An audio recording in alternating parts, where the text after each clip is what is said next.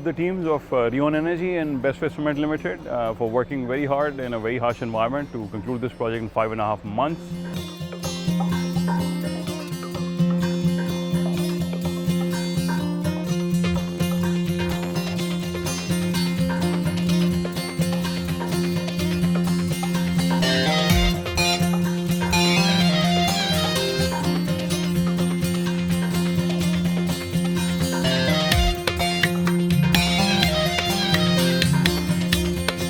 I think by the time we're done with all this solarization, we will have easily crossed 65 odd megawatts capacity.